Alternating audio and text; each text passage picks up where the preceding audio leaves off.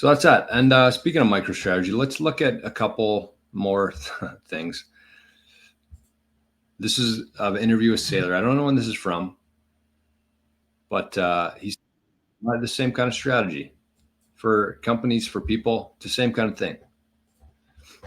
It is. I think we're going to look back one day and just be totally blown away with what Saylor has managed to do. So we're going to watch this. I'll share some numbers that I came up with for my daily Bitcoin journal this morning, and then we'll keep going. They normally just use bonds, and bonds are credit. They're crumbling, and their capital structure is crumbling. It's like you built a building in a swamp. You don't see buildings stand for 1,000 years built on a swamp. You have to actually have a firm foundation. An example of that is my company. So my company had that $600 million of cash that was generating 0% interest, and our stock was dead money. Nobody wanted to buy it, and then we were like worth $120 a share. We actually converted to a Bitcoin standard, and we started buying Bitcoin, and then Bitcoin kept going up in price. And in 44 months, our company went from a $600 million enterprise value to a $25 billion enterprise value. And they normally just use bonds. And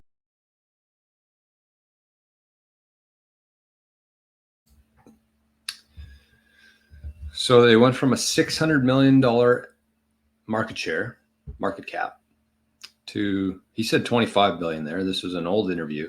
I think they're closer to 50 now, 50 billion, by going on a Bitcoin standard. That's it. They didn't release any new products. They didn't hire a bunch of people. They didn't spend a whole bunch on marketing to try and get new customers. Nothing. They just bought Bitcoin, and they've become incredibly successful with that strategy. So they're holding 250,000 Bitcoin. So let me bring up some of the numbers that I got. I don't want to spend a whole lot of time on this because, again, we don't need this to become a MicroStrategy. This is just more about Bitcoin itself, actually, though, and it has to do with public companies who are going to be buying Bitcoin, and that's why I called this "You Ain't Seen Nothing Yet," because nobody's really here. Nobody's really in Bitcoin yet, other than MicroStrategy. So let's look at, I'm just going to bring this up quickly here, the math. I don't want to make sure I get it right.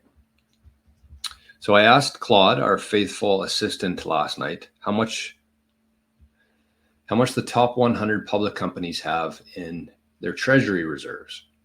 So Claude said that he doesn't have any up-to-date information, but as of August 2023, about a year ago, the top 100 public companies had about 50 billion. I think it was 54 billion in treasuries. And treasuries are made up of cash, short-term securities like GICs, guaranteed securities. GICs maybe not, but something similar to that. Very, very liquid. And government bonds and corporate bonds. That's what makes up these corporate treasuries. So $54 billion worth. And yesterday we talked about the fact that Microsoft said that companies should have at least a 1% allocation to Bitcoin.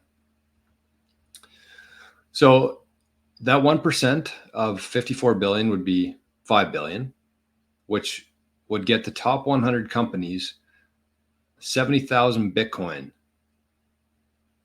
between 100 companies. 71,000 between the top 100 if they all put 1% in at today's rate. So keep in mind that if this happens, it's probably going to go a little bit higher, and they'll get less than that. So if the top 100 companies, public companies, put 1% of Bitcoin or their treasury into Bitcoin, they would end up with 70,000 Bitcoin. MicroStrategy has 250,000 Bitcoin themselves. So that's what we're kind of seeing right now. We've seen MicroStrategy come from like the 1,000th ranked to like the 500th ranked to the 200. And I think they're already inside the 200. And once they get the top spot there, they're never letting go of that. Nobody's ever going to be able to catch MicroStrategy. And if you understand the importance of that, if you believe that Bitcoin is going to be the next world reserve currency or the measuring stick for every asset on earth, think about how much that's going to be worth as a premium. That's why we're seeing this happen right now. And everybody's confused about it because they don't understand what's happening here. They just think that it's kind of a bubble, but it's not even close to where it should be yet, because we haven't even gone through this bull run yet. Imagine 250,000 Bitcoin doubled if the price went from 70 to 150 in the next year, which most people would say is a very conservative guess. The equity in that company is going to be pretty high. The market cap is going to be very high at that company. So you also have to consume that as more and more filings come out saying that, you know, Microsoft, Apple, Meta, Nvidia, GameStop, these are all companies adding Bitcoin to their balance sheet. Think about what retail is going to think about that. Think about what the institution, the pension funds, the state pension funds, every fund is going to think when all these companies, all these top 100 companies are adding Bitcoin to their balance sheet. The price is going to go up. They're going to get less of them. And then at that point, you know, that's going to take a while. I would say a couple cycles probably till all these public companies realize that they need to have some allocation. They get 1%. But then what happens when Apple comes out and announces that they're going 10%? Do you think Microsoft and Meta are just going to sit there and let that happen? Or are they going to try to get 10% themselves? And this is just corporations we're talking about here. So to me, this is kind of my summary on it. I said, number one, no one's going to catch MicroStrategy. Number two, hold on. This thing disappeared on me here.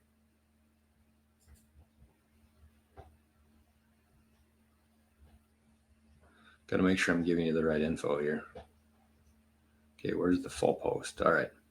So number two, the corporate game theory alone here, setting aside the retail, setting aside the institutions, setting aside the countries who are going to be buying and mining Bitcoin, the corporate game theory alone is going to send the fiat price of Bitcoin into the stratosphere. And number three, this is going to take a few cycles to play out. And we know what happens every Bitcoin cycle. It gets harder and harder to stack Bitcoin. So, and then at the end I said, and then you factor the other 30 million corporations in the world. So we're just talking about the top 100 here in the world, but there are 30 million other corporations who will be adding Bitcoin to their balance sheet. And there's 30 million corporations.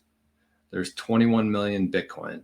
There's about 2 million Bitcoin available on the exchanges right now, and which will be less than that. Like when you look at this stuff very objectively with just math, very simple math, very simple economics, you just objectively look at this, you understand that $70,000 US is a rounding error. And so, I mean, for us as retail investors, what does that mean for us? It's like, well, yeah, you're going to be buying, you bought some at 50, you probably bought some at 60, you're going to buy some at 70. Don't, mess around too much trying to maximize what price you're buying at. Just fucking buy some. Because again, $70,000 is going to be a rounding error, not only in a couple of years, like in 10 years, but in a couple of years from now. So don't worry what price you're getting at. If you're here now and you're buying Bitcoin right now, you're so far ahead of everybody. You're front running Apple, Microsoft, Meta, and Nvidia.